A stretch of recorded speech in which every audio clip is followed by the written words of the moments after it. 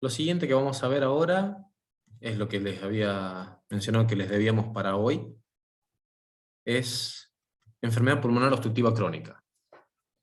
Bueno, esta clase, ¿sí?, es lo que venimos dando estos años, nada más que vamos incorporando algunas novedades con respecto a esto. Esto es una guía que ya se la vamos a poner ahí a mano en la plataforma. Ahora está en español, ahora está la edición 2022. Esta es una guía práctica, puede ser redundante en algunos detalles, pero vamos a compartir algunos datos de las guías GOLD, que son guías justamente para el manejo de las patologías obstructivas crónicas, ¿sí? La sigla significa justamente Iniciativa Global para el tratamiento justamente de las enfermedades pulmonares obstructivas crónicas, ¿sí? Bueno, EPOC, esas son sus siglas, ¿sí? Cuando uno habla de EPOC, antes hablaba clásicamente de dos patologías: bronquitis crónica, ¿sí? No se vayan a confundir con bronquitis aguda, ¿bien?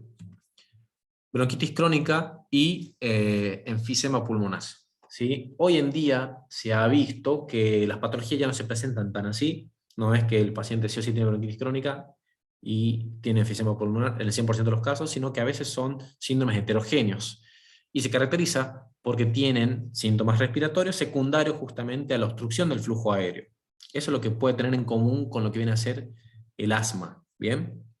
Entonces, estos pacientes, ellos, como dice aquí el texto, van a tener justamente estas anormalidades en la vía aérea, ¿sí?, y alveolar, y esto es causado por la exposición significativa a partículas nocivas o gases, e influenciados también por el factor de riesgo o los factores que pueda tener el mismo huésped, ¿sí?, incluyendo también anomalías en el desarrollo del pulmón, ¿sí?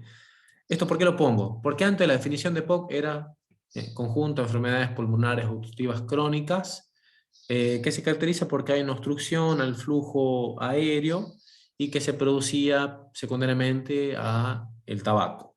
Con el informe fue pasando el tiempo, vieron que la gente que no fumaba podían llegar a padecer EPOC, y se dieron cuenta que al hecho de exponerse a ciertas partículas inhaladas, el humo, por ejemplo, de un brasero, la gente que vive en el interior, por ejemplo, que cocina a leña, la gente que se exponía a ciertos humos ambientales, todo eso no entraba dentro de lo que era tabaco, entonces se veía que partículas nocivas o gases tenían que incluirse dentro de lo que era lo necesario para hacer esta definición. Entonces, básicamente un síndrome heterogéneo que se caracteriza por la obstrucción del flujo aéreo y que genera anomalías en lo que viene a ser la vía aérea y alveolar, y es secundario a la exposición de estas partículas inhaladas. Eh, Obviamente es una enfermedad que le genera cierto riesgo de muerte, o sea, tiene cierta mortalidad, tiene su morbilidad, sí, porque el paciente EPOC predispone obviamente a otras infecciones intercurrentes que puedan ser la causa por las cuales se interna. ¿Cómo uno hace el diagnóstico de EPOC? Con lo que vimos recién, con lo que es la espirometría. Es decir, por más que yo vea un paciente que tiene un tórax tonalizado, que fume y que tenga insuficiencia respiratoria y que tenga necesidad de uso de broncodilatadores, el diagnóstico sí o sí se hace por espirometría. Bien. Bueno, acá volvemos a repetir lo mismo. Las guías GOLD se van actualizando año por año y van dando recomendaciones con respecto a los términos. Es decir, estas guías GOLD han enfatizado con respecto a los términos, y aclaran lo que veníamos diciendo al principio, que antes se definía EPOC solamente lo que era enfisema y bronquitis crónica, pero en las últimas definiciones, como les vengo comentando, si bien hoy en día se puede identificar pacientes con bronquitis crónica o con enfisema, no significa que un paciente EPOC sí o sí tenga enfisema o tenga bronquitis crónica. A veces tiene un síndrome mixto, eso es lo que les quiero comentar. Bueno, pero, ¿qué era clásicamente la definición de enfisema? ¿Sí? Cuando hablamos de enfisema, se la define justamente como la destrucción de la superficie de intercambio gaseoso, ¿sí?, a nivel del alveolo, ¿sí? Y cuando hablamos del término enfisema, hablamos de un término anatomopatológico, porque uno lo describe como la destrucción de los espacios aéreos distales a los bronquiolos terminales, con destrucción de septum, y obviamente que genera pérdida de elasticidad y obviamente hiperinsuflación. Eso es un término que es anatomopatológico. ¿Qué significa? Que es lo que podría llegar a ver un patólogo en una persona, en una autopsia de una persona con enfisema. Cuando hablamos de un término patológico, nos ¿Puedes referimos repetir eso, a profe? eso. Sí, cómo no. Que sería la destrucción de los espacios aéreos distales a los bronquiolos terminales, con destrucción de los septum, y que condiciona hiperinsuflación o retención aérea, como quieran ponerlo. Esa definición, chicos, está en el Argente, ¿sí? En el Argente la van a encontrar. Y obviamente, acá como dice también el texto, esa destrucción, digamos, genera obviamente daño a nivel de las superficies de intercambio gaseoso. Por eso este paciente también puede llegar a cursar con insuficiencia respiratoria. El otra patología que se trataba cuando hablábamos de EPOC era la bronquitis crónica. No se vayan a confundir con bronquitis aguda, se lo vuelvo a decir. La bronquitis crónica tenía una definición clínica. Se la definía por la presencia de tos y expectoración por al menos 3 meses, ¿sí? En 2 años consecutivos. Es decir, que el paciente tenía que tener, por ejemplo, un episodio de tos y expectoración, por ejemplo, el mes de marzo, abril y mayo, o marzo, abril y julio, y que le pase a este año 2022 y le va a pasar el año siguiente, 2023, capaz que no los mismos meses, pero también le va a pasar durante al menos 3 meses, ¿sí? Entonces, para que vean, en estas definiciones clásicas, uno para definir enfisema sí o sí había que hacer una biopsia, ¿sí? Había que hacer una biopsia de pulmón, que obviamente eso aumentaba la mortalidad de los pacientes y ya no se lo dejó de hacer. Y la bronquitis crónica tenía una definición clínica, es decir, se definía por los signos y síntomas, en este caso tos y expectoración, en un determinado tiempo. Bueno, con respecto, bueno, esto es epidemiología en las guías GOL de este año, la de bolsillo por lo menos, no hubo ningún cambio con respecto a la epidemiología. Esto sí vamos a charlar con respecto al tema de lo que viene a ser la patología, ¿sí? Se encuentran cambios anatomopatológicos en la vía aérea y en el parénquima, y esto es importante, chicos, en la vasculatura pulmonar, y ya vamos a ver qué es lo que podemos encontrar. Estos cambios patológicos, anótenlos, y después los van a leer de nuevo en la clase, pero esto es fundamental para que ustedes entiendan por qué le pasa esto al paciente, ¿sí? El paciente va a tener inflamación crónica, ¿sí? Va a tener un número aumentado de células inflamatorias, y obviamente cambios estructurales que son resultado de los procesos de reparación y obviamente de daño pulmonar. ¿Bien? Dentro de la patogénesis, en la inflamación que se observa en el tracto respiratorio, es como que está alterada comparada con la respuesta inflamatoria normal. Y esto es secundario, obviamente, a los irritantes crónicos. Lo más frecuente es el humo de cigarrillo, pero sepan que el humo de cigarrillo no es el único. Hay mecanismos que no están entendidos completamente, pero esto podría llegar a definir que hay personas que responden diferente al humo de cigarrillo. Por ejemplo, porque ustedes van a encontrar casos de personas que han fumado, por ejemplo, durante 30 años y tienen una insuficiencia respiratoria, necesitan oxígeno domiciliario o uso de agonistas beta-2, pero hay gente que fumó durante años y nunca se le produjo ni un cáncer y nunca tuvo patología pulmonar. Eso es justamente porque hay una respuesta que es medida genéticamente, es decir, hay gente más predispuesta que otras. Es probable que haya marcadores de estrés oxidativo, si hay también exceso de proteínas que modifiquen aún más el proceso de inflamación pulmonar. Dentro de los marcadores de estrés oxidativo, sí son los famosos radicales libres, ¿sí? El peróxido de hidrógeno, también conocido como el agua oxigenada, el oxisoprostane también, ¿sí? Van a estar aumentados en estudios de aliento que se le hacen a estos pacientes, nada más que esto obviamente son estudios que se hacen en métodos de investigación, no es algo que se haga en la práctica clínica habitual. Esos son estudios de investigación que han detectado este tipo de marcadores en este tipo de pacientes. Estos agentes son generados por el humo de cigarrillo y otras partículas inhaladas, y obviamente van a generar un proceso de inflamación con liberación de sus propias células inflamatorias, entre ellas macrófagos y neutrófilos. Aparentemente también hay un desbalance entre lo que vienen a ser las proteasas, es decir, las enzimas que degradan proteínas, ¿sí?, que destruyen el tejido conectivo, y las antiproteasas que evitan esto. Entonces, las proteasas que miden la destrucción de la elastina, ¿sí?, el componente que se encarga de dar la elasticidad del pulmón, que es el componente conectivo, es justamente lo que produciría esa pérdida de la compliance pulmonar, ¿sí? Entonces, para esquematizarlo, esto lo sacamos de uno de los libros de la bibliografía, que es el Harrison. Acá lo esquematiza como si fuera el humo de cigarrillo nomás. Obviamente el humo de cigarrillo produciría atracción de células inflamatorias, ¿sí?, una especie de quimiotaxis.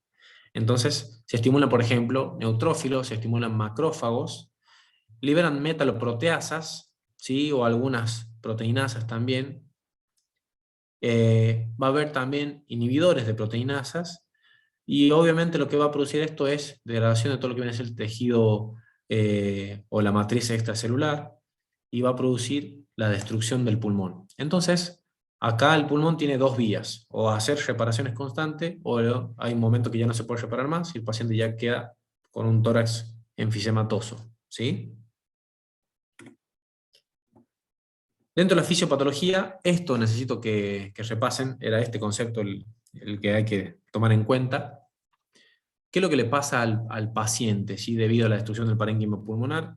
Eso le va a limitar el flujo de aire, acuérdense, un paciente con un síndrome obstructivo, y a su vez tiene dificultad en el intercambio gaseoso. Entonces, ¿qué le pasa a este paciente? Va a tener una limitación al flujo aéreo y atrapamiento aéreo. Recuerden que están hiperventilados, están con el tórax hiperinsuflado.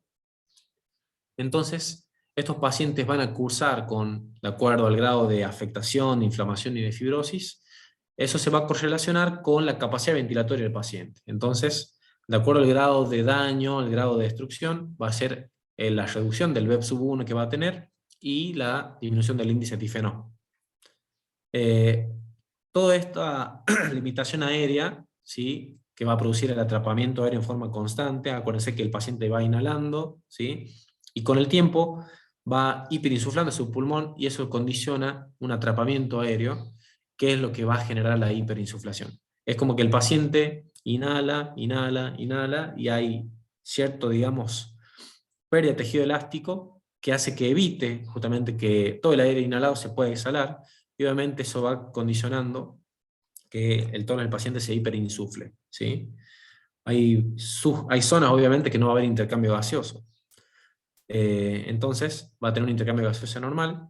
Esto va a producir que el paciente tenga hipoxemia e hipercapnia, ¿sí? Esto después lo vamos a charlar de nuevo cuando veamos insuficiencia respiratoria. Y estos procesos se van a ir aumentando a medida que la enfermedad progresa. Estos pacientes condicionan una ventilación reducida o hipoventilación, porque recuerden, tienen un bajo volumen ventilatorio, ¿sí?, por más que parezca que tenga una capacidad vital forzada que está conservada, pero recuerden, tienen retención aérea, tienen hiperinsuflación. Entonces estos pacientes son retenedores de dióxido de carbono, ¿sí? A su vez, las anormalidades de en la ventilación alveolar y todo lo que es, acuérdense que todo lo que es la anatomía normal del pulmón está alterada, el lecho vascular también está reducido, eso también altera la relación ventilación-perfusión, ¿sí? BQ significa eso, justamente condicionado por esto, por el daño que se produce a nivel de este proceso de inflamación-reparación que cambia la anatomía normal del pulmón, haciendo que pierda tejido elástico, pierda la capacidad, digamos, de poder eliminar el aire que le queda, por así decirlo, y obviamente se va a alterar también, por todo este proceso inflamatorio que venimos diciendo, se altera todo lo que viene a ser la vascularización pulmonar. Entonces son dos situaciones que van a condicionar que el paciente tenga insuficiencia respiratoria, ¿sí?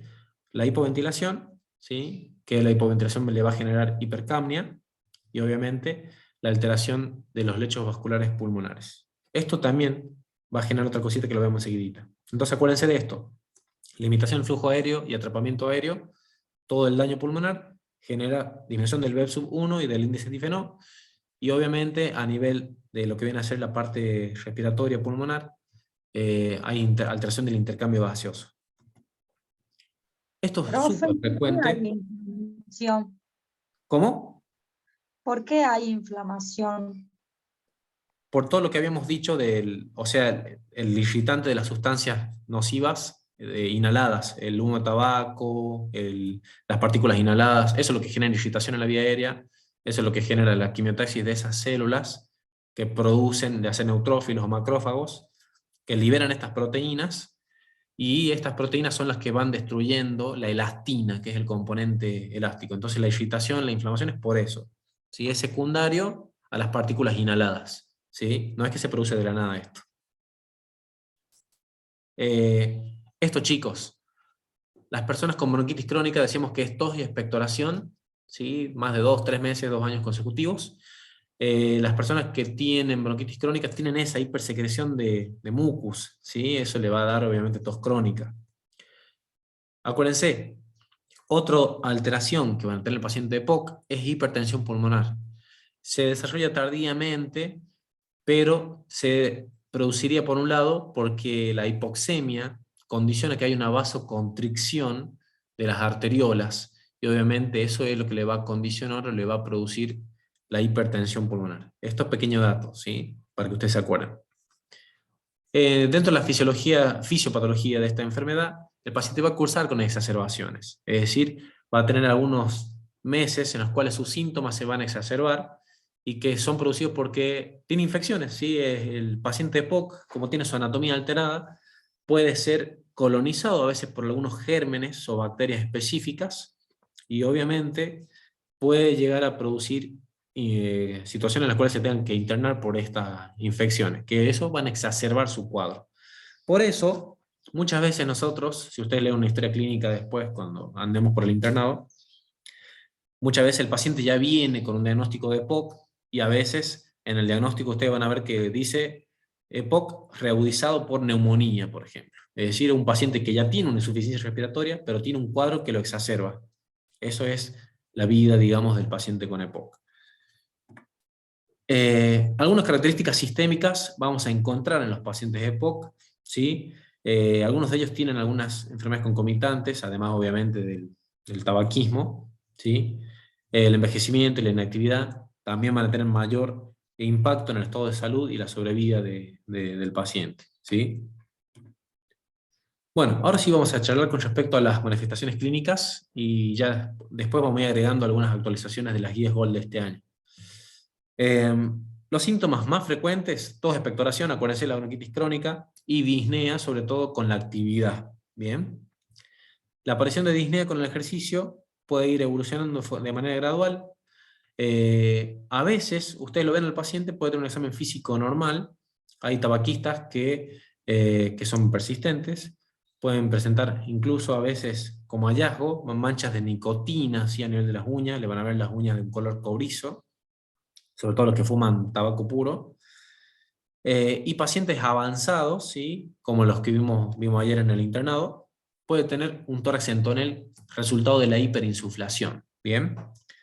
Y estos pacientes, cuando nosotros lo inspeccionamos, por eso es importante el hecho de ver al paciente, vamos a ver que tiene un tiempo expiratorio prolongado, sobre todo cuando está con una exacerbación o con un cuadro broncoespasmo.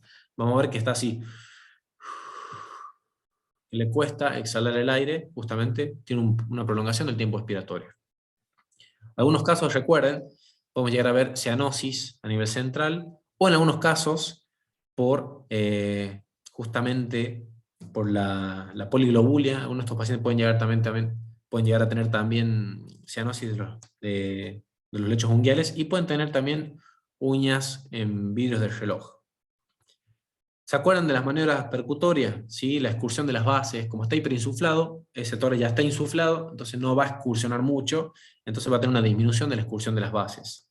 Lo normal es que la excursión de las bases pueda ser entre 8, 12 a 15 centímetros, pero obviamente estos pacientes ya tienen un tórax hiperinsuflado y la excursión de las bases, determinado por la percusión, va a estar disminuido. Y obviamente a la auscultación vamos a ver que el paciente va a tener roncus y sibilancias, de acuerdo al grado de obstrucción. Bueno, pequeño dato. Clásicamente, si ustedes leen alguna bibliografía de las viejas, ¿sí? Voy a picar algo así porque ya me da hambre. Los pacientes que tienen, por ejemplo, enfisema, es lo que estábamos charlando con uno de los chicos ayer, básicamente siempre les llamaban los sopladores rosados, ¿sí? Que suelen ser pacientes bien longilíneos, son altos, delgados, no tienen cianosis en reposo y obviamente se los ve que utilizan músculos accesorios. Mientras que los pacientes bronquíticos tienen más tendencia a ser pacientes más obesos y son más cianóticos, por eso les llamaban el abotagado azul o el obeso cianótico, y aquí el soplador rosado. Acá tenemos los dos pacientes típicos. El paciente bronquítico crónico tiene esa más tendencia a la obesidad, ¿sí? El paciente enfisematoso es más flaquito generalmente, y siempre tiene un colorido más rosado de la piel, mientras que el cianótico tiene más una cianosis, el bronquítico, perdón, tiene más una cianosis central. Bueno, lo más importante es lo que estuvimos charlando para hacer diagnóstico de esto es la espirometría, ¿sí? ¿Qué es lo que vamos a ver en la espirometría? Lo que estuvimos charlando del patrón obstructivo. Va a tener una disminución del volumen expiratorio forzado en el primer segundo, su capacidad vital va a estar prácticamente normal, o si está muy obstruido va a estar disminuida, pero va a tener una disminución, al tener disminuido el BEP sub 1, va a tener disminución del BEP sub 1 cociente con capacidad vital forzada o el índice TIFNO. Obviamente el grado de obstrucción es pronóstico, y a todo paciente que ingresa por este tipo de síntomas que sospechamos, hay que hacer sí o sí unos gases en sangre, en los cuales nosotros vamos a detectar que tiene hipoxemia, o en algunos casos también vamos a detectar que tiene hipercapnia, es decir, que tiene dióxido de carbono elevado. Esto ya lo vamos a volver a ver cuando veamos insuficiencia respiratoria. Los pacientes con insuficiencia respiratoria crónica, es decir, el paciente que ya es crónico, recuerden ustedes, los pacientes que hacen hipercapnia, ¿sí? ¿Cómo se llama el cuadro gasométrico que una persona tenga mucho dióxido de carbono? Supongamos que tenga un pH de 7,20, que está bajo, con una PCO2 de 55, que está alta. ¿Cómo se llama eso?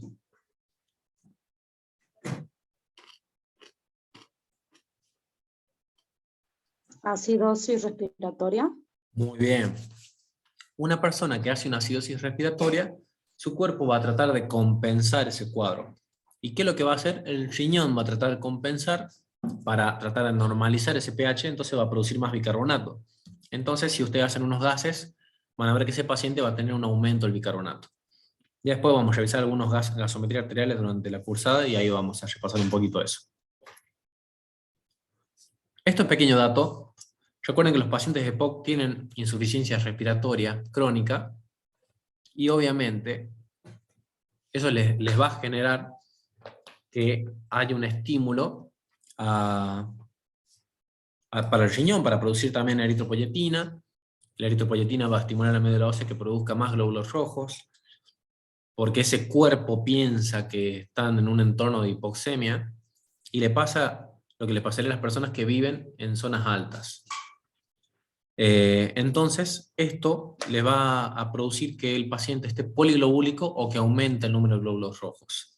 Eso le va a suceder a las personas que tengan EPOC. Entonces, chicos, presten atención cuando ven un laboratorio. Si usted ve en un laboratorio que ven que los glóbulos rojos están altos, lo primero que tienen que preguntar, ¿usted fuma?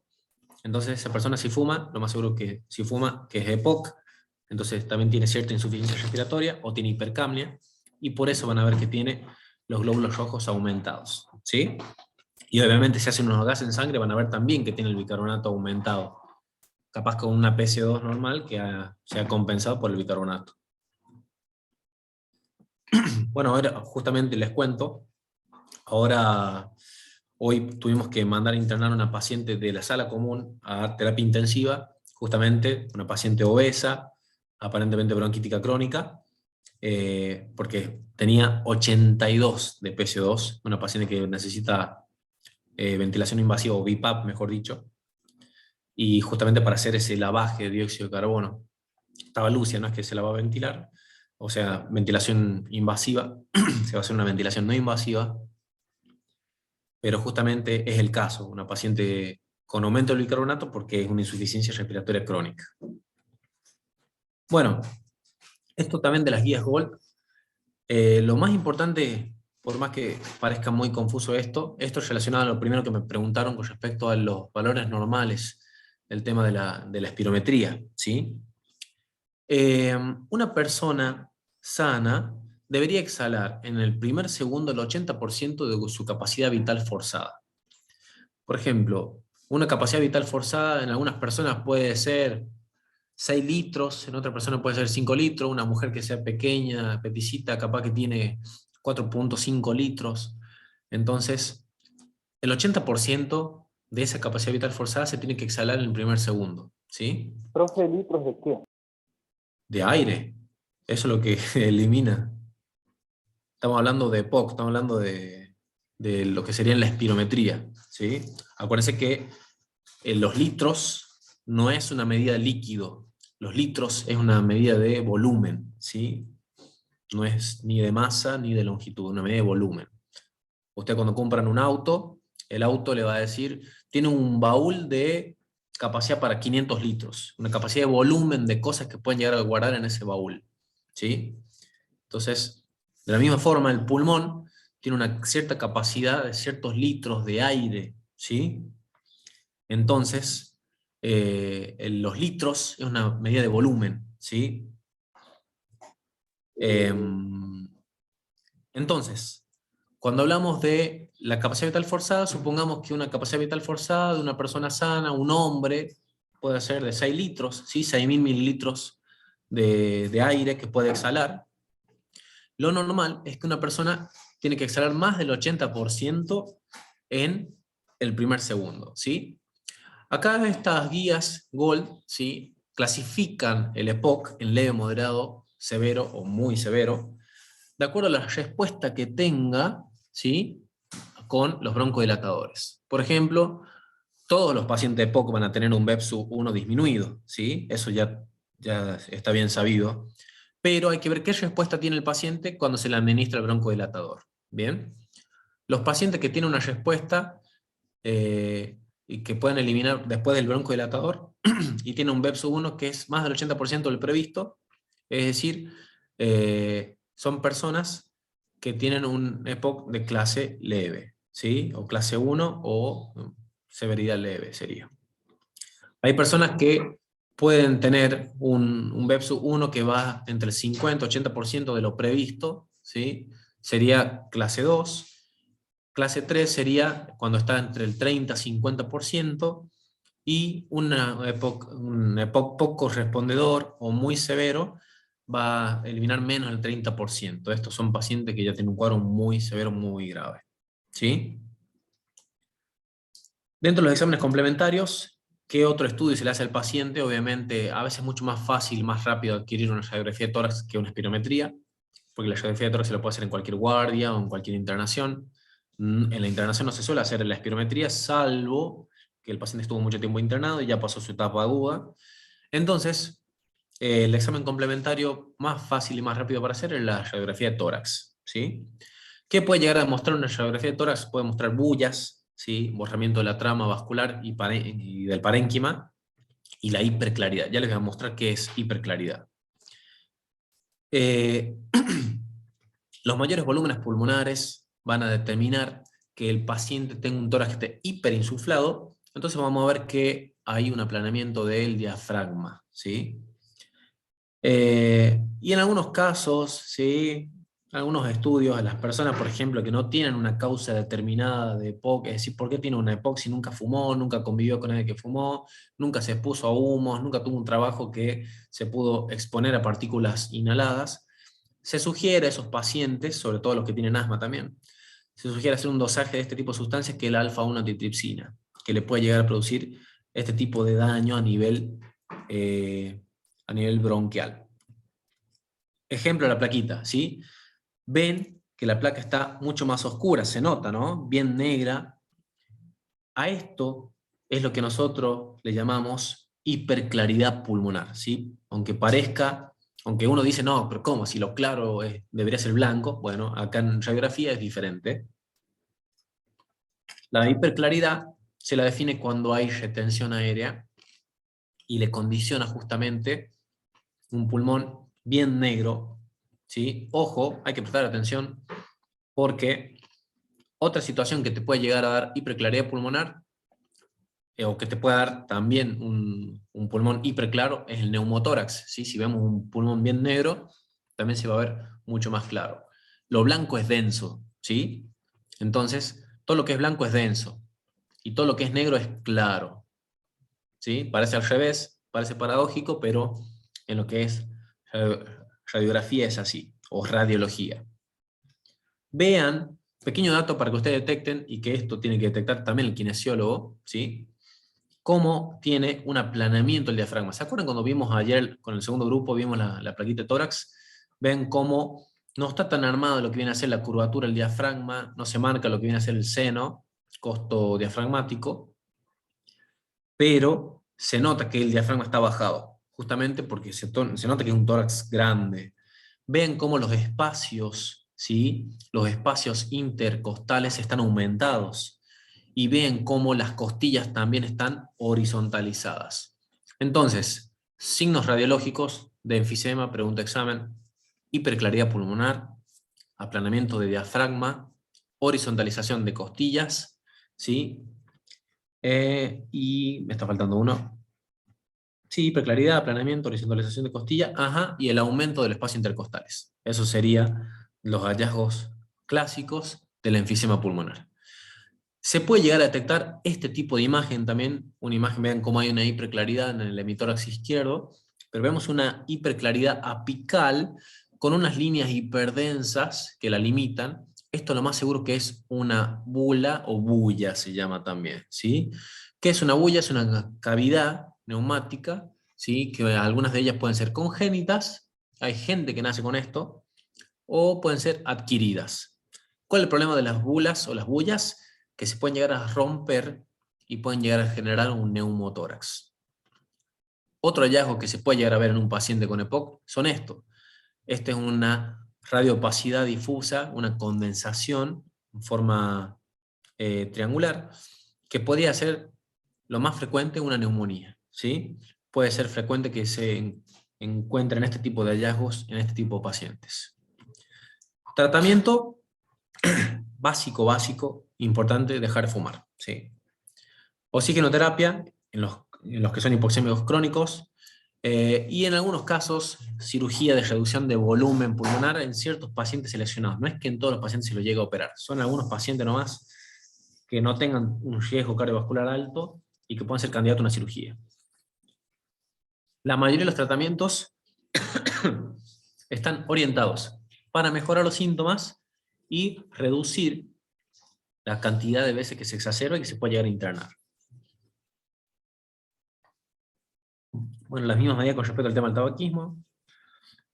Bueno, ¿qué es lo que salen las guías GOL de este año? ¿Sí?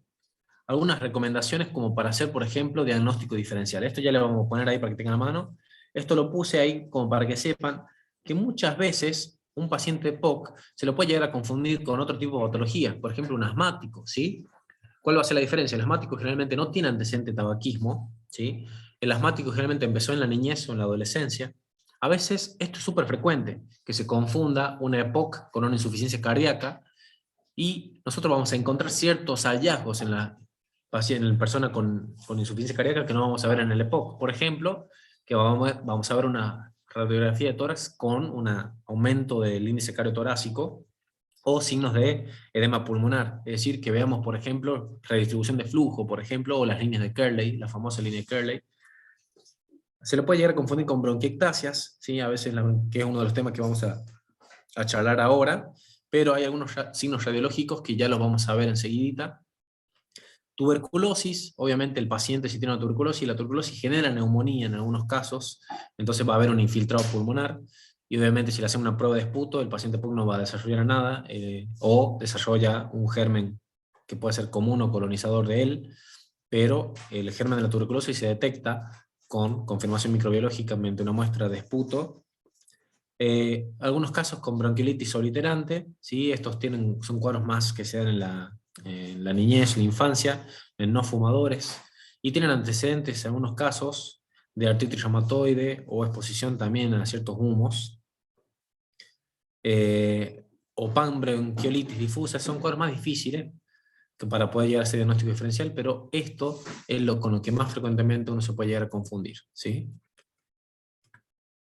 Dentro de la farmacoterapia, es decir, esto lo pongo porque ustedes han visto fármaco y les va a servir repasarlo. No es que, no es que sí o sí se les va a preguntar a ustedes fármaco o tratamiento, pero es parte, digamos, para poder sellar un poquito el tema. Dentro del tratamiento, tenemos que dar anticolinérgicos. ¿Qué sería un anticolinérgico? Es decir, un antiparasimpático. Por ejemplo, la droga clásica más barata y más fácil de adquisición, el bromuro hipratropio, ¿sí? Tiene la ventaja que al ser anticolinérgico también inhibe la secreción mucosa, entonces podría llegar a disminuir en cierta forma, además de producir broncodilatación, que no haya tanta secreción. Los famosos agonistas beta que estuvimos charlando con el segundo grupo de esto, lo más frecuente, salbutamol, terbutalina, que son los de acción corta. En estos pacientes, los EPOC se suele indicar algunos agonistas beta-2 de acción prolongada, como salmeterol o formoterol, ¿sí? En algunos casos se puede utilizar glucocorticoides inhalados, ¿sí? Algunos estudios señalan, ¿sí?, que reducen la frecuencia de exacerbaciones. Los que más se utilizan es fluticasona y budesonide, pero generalmente no suele ser siempre base del tratamiento, porque también hay estudios que muestran que los glucocorticoides inhalados, es decir, si usamos budesonide o fluticasona mucho en un paciente, eso le puede llegar a producir frecuentes sobreinfecciones, es decir, porque acuérdense que los corticoides son inmunodepresores. Bueno, el único elemento que ha reducido la mortalidad, hay algunos pacientes que ya requieren oxigenoterapia, ¿sí? No solamente los EPOC, sino insuficiencia respiratoria de otras causas también. Está indicado en pacientes que tengan hipoxemia en reposo, menos de 88 de saturación por oximetría de pulso, o también que tenga signos de hipertensión pulmonar o insuficiencia cardíaca. Se ha demostrado que ha disminuido la mortalidad.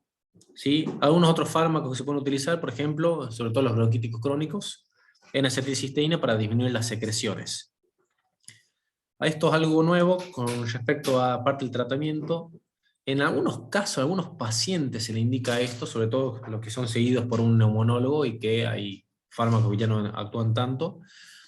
Un inhibidor de fosfodiesterasa 4, como ser el roflumilast, ¿sí? Son medicamentos que la acción que tiene disminuiría la acción del AMP cíclico intracelular. Recuerden que el AMP cíclico sería la principal acción para producir justamente la contracción del músculo liso, ¿sí? O sea, dentro de lo que viene a ser todo este movimiento molecular. Se dice que podría llegar a reducir las exacerbaciones en los casos de moderados o graves, pero obviamente en un paciente que ya venga tratado con corticoides. Estos fármacos, si bien se lo indican a estos pacientes, no modifican, no significa que le vamos a sacar el tratamiento básico, que son los broncodilatadores y los corticoides. Entonces, a estos pacientes se los puede llegar a agregar este tipo de medicamentos, pero no están exentos de efectos adversos, porque pueden producir diarrea, náuseas, etc. Con respecto a lo que menciona también las guías GOLD también este año, ¿sí?, vuelve a decir lo mismo, ¿sí?, que la oxigenoterapia es lo único, digamos, que ha mantenido la supervivencia de los pacientes, que tiene un nivel de evidencia A. Los pacientes con EPOC estable, ¿sí?, y que tengan una desaturación arterial moderada, ya sea en reposo o con el ejercicio, a estos pacientes el hecho de administrar oxigenoterapia, eso no va a aumentar el tiempo transcurrido hasta la muerte, ¿sí?, lamentablemente, o la primera hospitalización, ¿sí?, es decir, igual tienen riesgo los pacientes. La oxigenación en reposo a nivel del mar no descarta la aparición de una hipoxemia grave al viajar en avión, ¿sí?, aunque es baja nivel de evidencia, pero igual esto se lo anuncia a los pacientes para que lo sepan. Hay algunos pacientes que se indica ventilación con presión positiva no invasiva, ¿sí?, es como casi un método de BNI, ¿sí? Puede mejorar la supervivencia sin que se hospitalicen los pacientes, y obviamente se lo indica sobre todo si tienen hipercapnia, ¿sí?, es decir, que tenga dióxido de carbono más de 52, por ejemplo.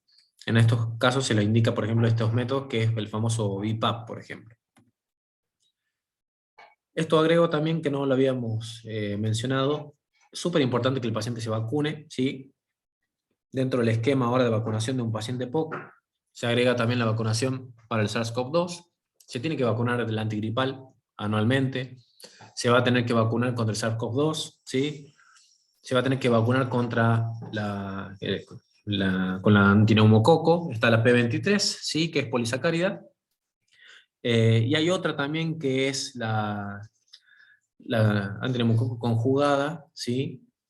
Y también se recomienda la vacuna con la difteria, tétanos, pertussis, pero la pertussis acelular, que sería la triple bacteriana, ¿sí? Se recomienda a los pacientes que tengan un esquema de vacunación para justamente evitar que no pueda hacer sobreinfecciones o neumonías sobreagregadas. Eso es todo. Es un temita un poquito extenso, pero es lindo, ¿sí? Y bueno, se correlaciona mucho con lo que hemos visto de esto, lo que es espirometría. ¿Alguna consulta o algo? Así seguimos los últimos temas. Muy bien. Profe, le hago una consulta. Sí, ¿Puede ser que en los pacientes con enfermedad leve la radiografía de tórax le salga normal? sí, Y en algunos casos le piden la tomografía computada. exactamente. O sea que hoy en día ya la mayoría de los médicos ya preferían solicitar una tomografía directamente. La placa, si bien es más barata, es más rápida de obtener, eh, pero a veces es preferible detectar o solicitar, digamos, una tomografía, porque el paciente puede consultar por falta de aire, entonces tenemos que examinarlo y a veces no se detecta nada del examen físico y a veces no se ve algunos hallazgos en una radiografía simple y por eso a ese paciente se le termina pidiendo tomografía. Pero si los pacientes leves es más una alteración funcional, no llegan a tener tanta alteración a nivel anatómica, eso sí es cierto. Muy bien.